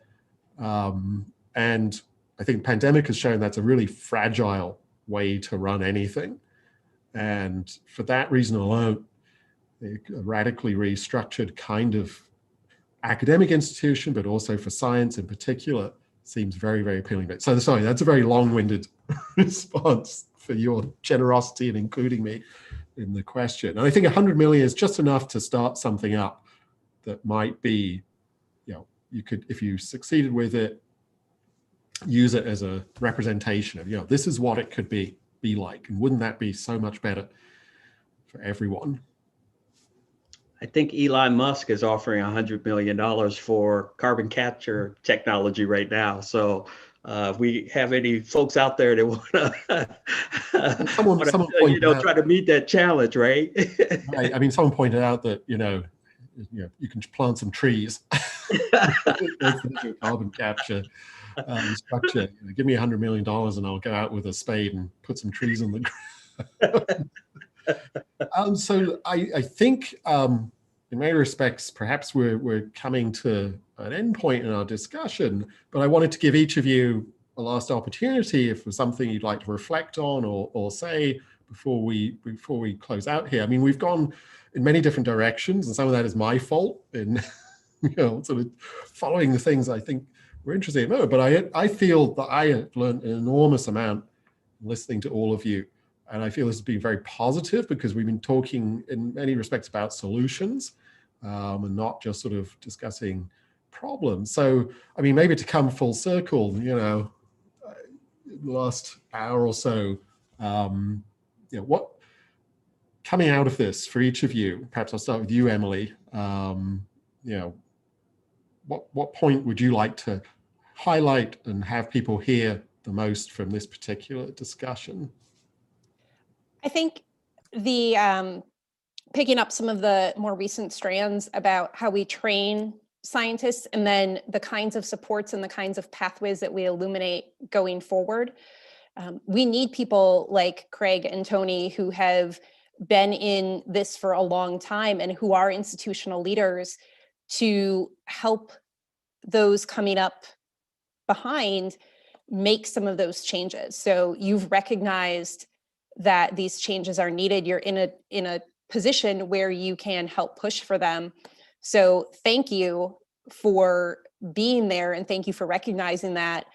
And let's use some of that 100 million to create maybe not completely new institutions, but at least new structures within existing institutions that can illuminate some of those pathways forward and support a wider variety of scientists who can keep up an affiliation with an academic or another scientific institution, but also be a sort of that public facing person for that institution that can build some of the relationships that Tony talked about, because we know that academic and scientific institutions are trusted in their communities, but they're not always accessible to those communities. So let's sort of build that capacity.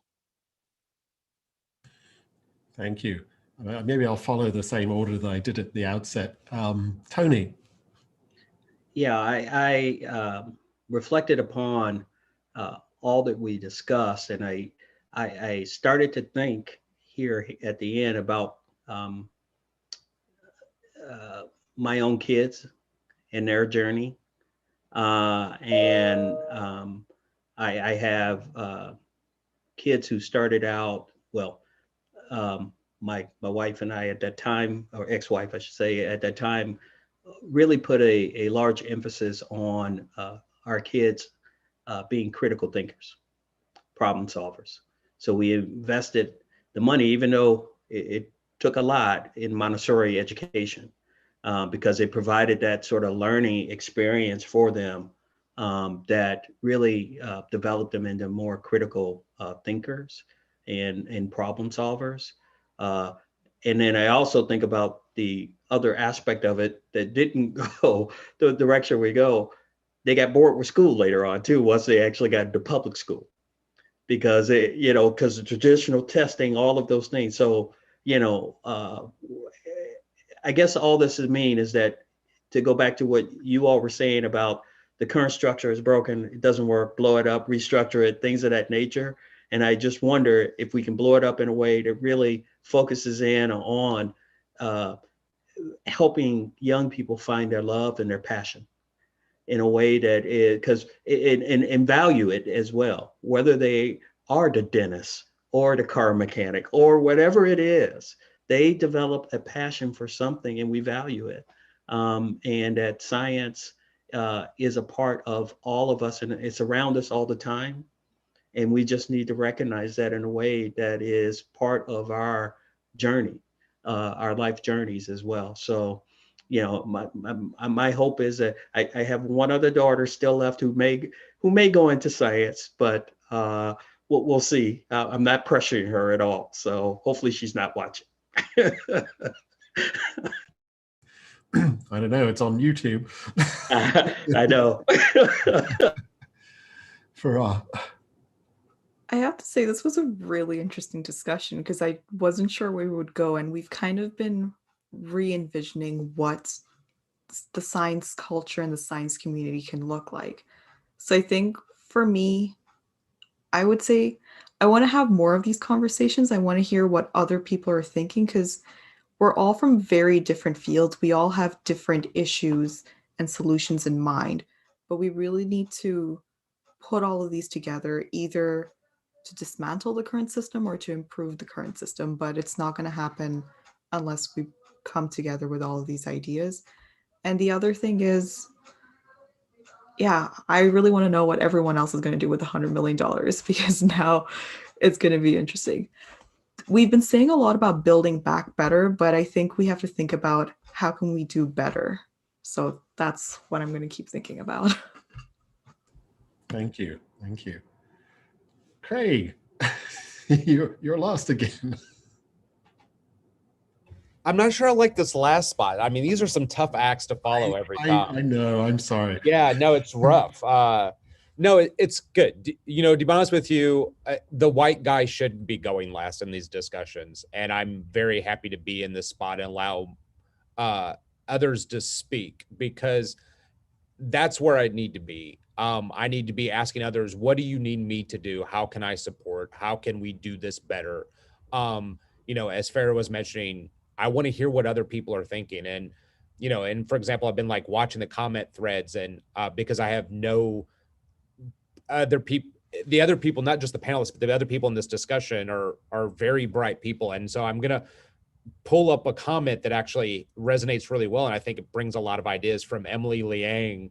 Pardon me if I mispronounce your last name, who says that we need to re-envision the structure of science as more horizontal rather than hierarchical or vertical.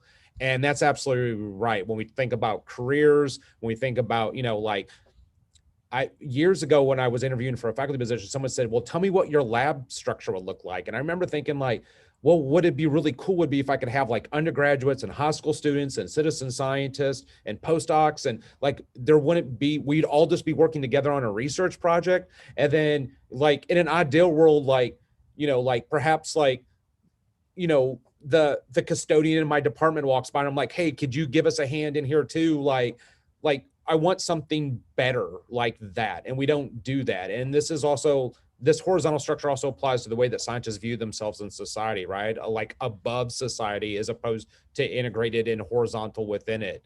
And I think, yeah, and then as that, and we also talk about career stage, you know, it talked about like leadership in science and the roles that Tony and I are in. Part of that, our responsibility is to make sure that that vertical structure doesn't exist, that the more I'm on a horizontal playing field, the more willing and open I am to getting input back from everybody within my organization, within my field about things that so I can truly be the change maker. So anyway, yeah, like I said, that's not my idea. That was Emily providing a very astute sort of perspective and sort of bringing this all together. Thank you so much. And thanks to all of you. I've learned a tremendous amount. I hope I was able to give you all due opportunity to speak. I think at this point, I hand things over to Stuart as we wrap up today. And thank you, Caleb. My pleasure. Well, I don't know what to say. This has just been a phenomenal discussion, journey, experience. I mean, yeah, just amazing. These are deep and complex, difficult topics, but we've touched on a huge range of important issues within them. Thank you so much for the poignant insights from all of the panelists and our fantastic moderator. And thank you too for all the excellent questions and comments from participants. I want to discuss just a subset of the things which have come up during the symposium and the discussion. So, you know, we've covered a lot of ground, discussed many tangible and some less tangible action steps, like taking steps to rebuild the institutional structures that we occupy, such that all of these important values like diversity, equity, and inclusion, outreach, talking to elected representatives, bringing non-scientists into the scientific process, dissolving this distinction between scientists and non-scientists, dissolving some of the misleading metric systems that overlook, for example, certain colleges if they're not well known, or overlook non-scientific or non-publishing efforts by scientists, prioritizing funding and dedicated staff and training towards these non-research activities, ensuring we build permanent support systems for ensuring that people from underrepresented groups are retained. And again, as Emily said, she made many great points, re-envisioning the view of structure in science as more horizontal rather than hierarchical. And many other great points that have been discussed that we can review and think about. I also fundamentally believe that the discussions we've had will have an impact that might be intangible at first in terms of just planting seeds of ideas in all of our minds. But those seeds, I think, will eventually grow into significant positive impacts in the future as our ideas gain momentum and the support of our communities and institutions. So I fundamentally believe that these discussions and the symposium will have a great positive impact for all of us, and I sincerely hope that's the case. So with that, we come to the end of the ELSI 2021 Symposium. I sincerely hope that you've all had a great experience and that your perspective has been broadened and your minds opened in a positive way, and you've enjoyed all of these exchanges. I want to say thank you to many people in no particular order: Katie Petrie, Nancy Marino, Mathieu Lenoville, Talina, Andy, Malaki, all the support from No Innovation and the ELSI team members. Our 4 great keynotes: Sun Kwok, Pamela Gay, Lindsay Malcolm Pico, and Casey Dreyer. Our panelists who you've gotten to know today: Tony, Emily, Farah, and Craig, and our moderator, Caleb. So at this point, we welcome you to move on to the Network Lounge. If you want to continue any of these discussions, so you can access that via the KI Storm page. Feel free to continue chatting there for as long as you wish. And if you want to reach out to other participants, feel free to use the Zoom chat right now, or drop your email there, or meet up with your fellow participants in the Network Lounge, as I said. And okay, let me just address some of the points here. So yeah, will there be a write-up of the action steps posted on the site? Yeah, so we have various Google Docs, and most of us on the organizing committee have been sort of taking notes of various forms. So we will be compiling the action steps in the Google Docs, and so the short answer is yes. And we will make sure that once these documents are ready, that you are informed and you have access to them. So so yeah, we look forward to producing some nice summaries of all of these great discussions. And with that, I hope I've covered all the necessary points. I believe I have. So yeah, once more, thank you to everyone who's been involved. It's been a great pleasure. And good luck with everything. And we'll see you at some point in the future, hopefully.